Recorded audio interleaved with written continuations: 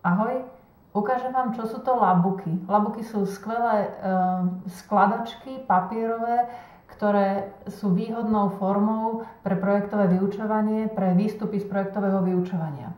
Sú ľahké, skladné, zábavné a veľmi dobre sa s nimi pracuje, veľmi dobre sa prezentujú a deti ich radi vyrábajú.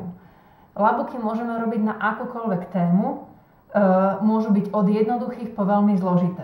Ukážem vám najskôr celkom jednoduchý labuk. Toto je prvý labuk nášho prváka. Rozkladá sa naozaj jednoduchým spôsobom a vnútri je popis toho, čo ho práve zaujímalo. Takže tu sa sám nakreslil, tu napísal niečo o sebe, tu napísal, čo má rád, jablka, slivky a podobne. Tu napísal, akých má kamarátov a tu napísal, čo všetko už vie urobiť. Tu ukázal našu rodinu a každého popísal, že ako sa volá. Jednoduché a veľmi zábavné. Labuky ale môžu byť aj trošku zložitejšie, napríklad druhácka látka. Mesiace, ročné obdobia. Keď to rozložíte, nájdete obrázky jary a tu napísané, čo všetko sa na jar, aké práce sa vykonávajú. Upratujeme. A labuky sú vynikajúce pre dyslektikov, dysgrafikov, pretože výstup je pekný a pritom stačí veľmi málo písať, ale ukáže sa na tom to, čo dieťa vie. Tu vidíte, že tu napríklad je už prvý jarný deň a jarná rovnodennosť, kde sme si hovorili aj o tom, že aká je dĺžka slnečného svitu v prvý jarný deň. Súčasťou labuku môže byť aj hra. Napríklad hra, máte tu kartičky, uložte ich podľa správnosti, farby vám pomôžu. Tým, že neustále písal dokola, ako idú za sebou mesiace, tak sa ich skvele naučil. V rôznych skladačkách môže mať rôzne veci, ktoré ho práve napadnú. Takže symbol leta, jesene, zimy, jary.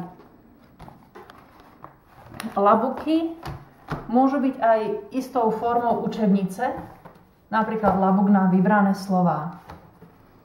Keď si ho otvoríte, nájdete tu najskôr všetky vybrané slová, potom písmenko B a tu napísaný príbeh na vybrané slová po B. A za jednotlivými kartičkami vidíte napísané jednotlivé vybrané slová po B. Kobila, dobytok. Niektoré sa riešia ťažko, obyčaj, alebo aby keby. Keď labuk otvoríte, nájdete písmenko M, písmenko P, S, R, Z a V.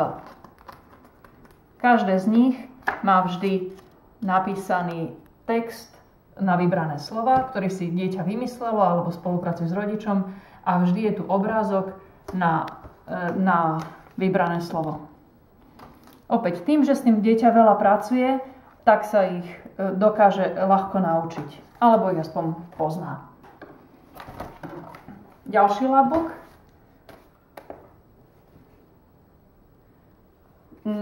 Posledné, ktoré vám chcem ukázať, sú labuky, ktoré sú naozaj už zložitejšie, napríklad labuk o vode, kde je znázornený kolobeh vody. Labuk už na 2. stupni o Argentíne, rôzne zaujímavosti o Argentíne, prípadne kvízové otázky. Tak vám prajem veľa radosti z práce.